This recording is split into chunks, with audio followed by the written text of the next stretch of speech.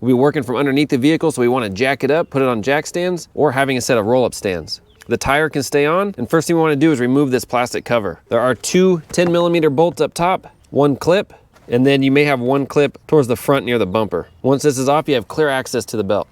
Right there next to the crank pulley is our belt tensioner. We'll put a square drive in it and turn it counterclockwise. That'll relieve tension from the belt. With our ratchet in like that, we'll turn it, and then we'll pull the belt off. I have to do it two-handed, but that's how you release the tension. Now the belt's off, you want to pull off these two hoses, this fat lower hose, and then this one right above it. Use a pair of pliers to pinch the clamp, pull it off. Then if you need, having an angled pick like this to get in between the hose can break it free. The camera battery died, so we're just doing this quick style. We want to remove our airbox. 13mm gets our power steering reservoir off. Pull off our air filter housing top cover, clamp right there, 8mm, pull that off. And then it's just grommets holding that lower box on. There's a grommet there, and then right there is another grommet. That all comes out, exposing our motor mount. We'll put a jack under the engine, and we'll pull our motor mount off. And you're just pulling off these bolts. These two on the frame, these three up here, all 16mm. And this whole thing should be able to lift out. There we go. And now we want to pull this bracket off. That's laying over the top of our water pump. All right, now that comes out.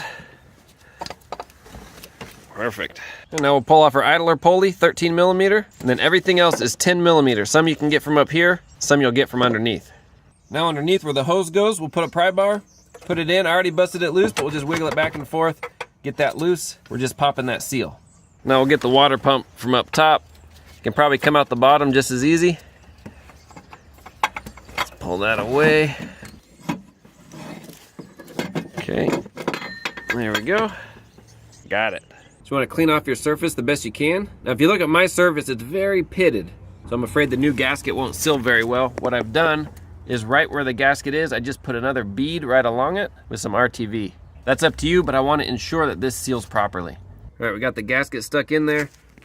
Now on our water pump side, I'm not worried about nice smooth machine surface. So we'll slide this in, put in a few bolts. All right, we got all our 10mm bolts back in and our idler pulley. I'll throw the torque specs on the screen. Next, we want to put on our bracket, and then our engine mount. Now that we got that torqued down, we can put our airbox back on. Down below, we'll put our two hoses back on, and then our serpentine belt. All right, we'll make sure all our pulleys are cleaned off and route the new belt. Okay, I routed everything but the alternator. So we'll relieve tension again. There we go, right over the alternator pulley. Nice. I'm gonna just double check that everything's in the grooves. Looks good. All right, before we put our shield back on, we'll go ahead and start it. Make sure everything's good. Nice, we'll put our shield back on. Then we'll crack our bleeder again. We're gonna fill it up with coolant until it starts coming out of that bleeder. I like using a spill-proof funnel. This makes it easier. All right, let me show you.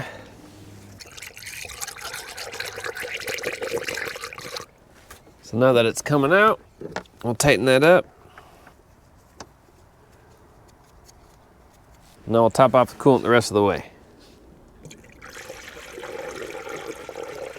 Once our coolant is topped off as high as it'll go, we want to start the engine and warm it up. We'll bring our RPMs up, hold it there. We want our coolant to get hot enough to open the thermostat.